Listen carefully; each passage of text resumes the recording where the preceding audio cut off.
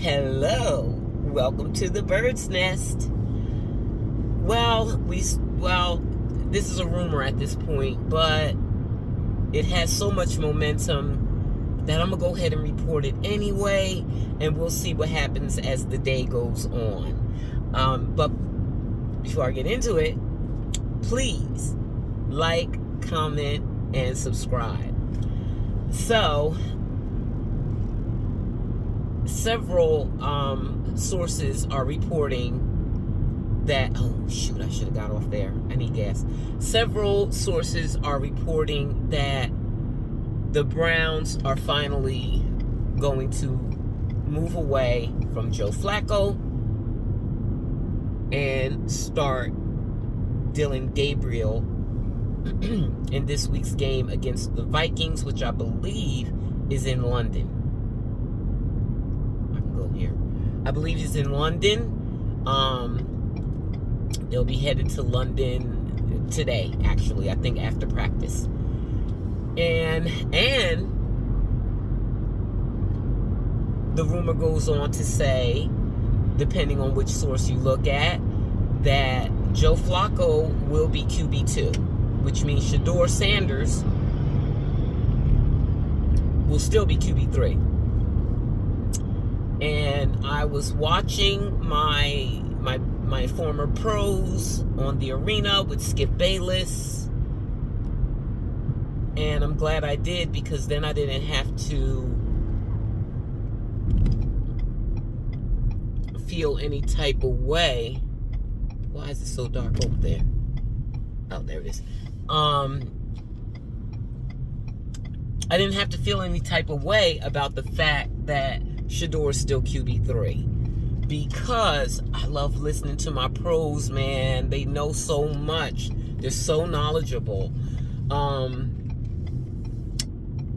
thing about being the backup quarterback is that the offense is not like geared toward you. It's geared toward QB1. It's crafted specifically for him. So if something happens to him and you go in with because he's got an injury or he got disqualified, you would go in with some generic plays, a few, not even that many, and just try to hold on to the game the best that you can. And that's not an ideal situation. You know, the right people could make something of it, but it's just not for you. So they were saying how Shedeur not going in is best for him. You can let Flacco be the cleanup man, and then that does not in any way impact Shedeur having next. If Dillon goes down with an injury, or he plays whatever number of games they need to see from him, whether it's good or bad, the hope is that he would have a set number of games where he's allowed to display his skills fully, and they can determine if he's going to be their quarterback going forward. If he's going to be the backup, they can make an assessment of him based on a certain number of games. And luckily, Flacco got out there soon enough where they have a nice chunk of games left. So we're on week 5. They got 12 games left. Dillon and Shedeur could each have 6 games if that works out. But there is a monkey wrench that can be thrown in that situation. The monkey wrench is Deshaun Watson. Deshaun Watson is projected to come back mid-October, and we never know what's going to go on with him. Jimmy Haslam, the owner, did say that Deshaun would not ever play for the Browns again, but he's on the roster and they're paying him a ton of money, so you never know what will happen. And then there's the things going on with Shedeur, where you don't know if they even want him to play. The goal may be for Shedeur not to play this season. I don't know. We don't know what's going on with Shedeur. But let's just assume that Jimmy Haslam was telling the truth and Deshaun will not be playing this year. So that could give Dillon 6 games, good or bad, to show what he has. Don't take him out. Give him time. And then give Shedeur 6 games. This is hoping everything works out, because things happen, injuries happen, you never know what's going to happen. Not to mention, at this point, it's a rumor. We don't even know if any of this is true yet. The Browns have not announced it. Cleveland reporter Mary Kay Cabot did announce it. We shall see. Hopefully today, maybe. They have practice today in the United States before they head to London, so they could make the announcement today before they leave, or tomorrow from London, or game day. You just never know when this rumor is going to be confirmed. But right now, it is a rumor. So we'll see what happens with that. And then, but then again, the fact that they continue to put out negative reports about Shedeur, I just don't know why you would do that with a quarterback that you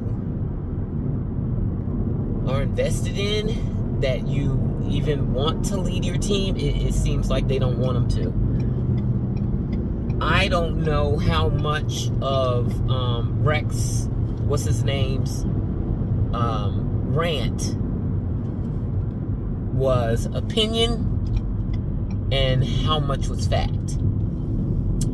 Him saying that Shedeur was sitting in the back with the scout team wide receivers, one of whom was on the injury report. I didn't mention him because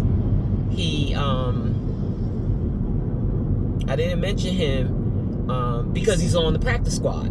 That's one of Shedeur's guys. He's the one that caught the 2 touchdown passes in Shedeur's game with the Panthers. He's injured right now. But going back to what I was saying, we don't know how much of what Rex said was true. So sorry, I can't move my phone again because it keeps shutting off whenever I do. But him saying that Shedeur was sitting in the back with the scout team wide receivers is too specific for him to have made up. Somebody told him that. But it was disingenuous, because even if Shedeur did that or has started doing that, the Browns media themselves have posted several pictures from the meeting room, and Shedeur was always in the front. It's possible, of course, that maybe recently he has started sitting back there with them, and apparently this is a problem, which is why they told Rex, whatever his name is, and maybe they didn't tell Shedeur. They're just talking about him behind their back. They're just very weird about Shedeur. They're a weird organization, and because Shedeur is there, the spotlight is on them, and we get to see all their weirdness. To me, it seems, I don't know what they want from Shedeur, actually. Do they want this spotlight? People call it a circus, so do you not want it? Get rid of them. You can't convince me that people aren't calling about Shedeur now. I think this is just an opinion You know, I think that when it comes to the collusion, for the most part, I mean, it would take everybody agreeing, but for the most part, it was the teams that needed to draft a quarterback, needed it, are the ones that had to buy into that collusion. But the fact that the Ravens and the Eagles and the Browns all came for Shedeur in the 5th round makes me think they were all included. Because the Ravens and the Eagles don't need a quarterback. But in the 5th round, I guess who knows, they may have wanted to draft him out of sympathy, to make sure he didn't go undrafted. Who knows what the situation was. So at this point, I cannot feel comfortable that Shedeur will ever play for the Browns, because they are still disparaging him in the media. The Browns are doing that to their own player. And from what I heard, they did the same thing to Baker Mayfield, and you see what they did to him, and Stefanski was the coach at that time too. So it makes me think that this is a tactic of Stefanski. If he doesn't like you, you know. And then there's also the collusion part. It's so many things around Shedeur, and it's so weird that as it goes on, and they're trying to break his spirit, that they don't like feel bad for him and just stop. But they don't, because as much as he has been trying to tamp down his confidence, I think by just merely not talking.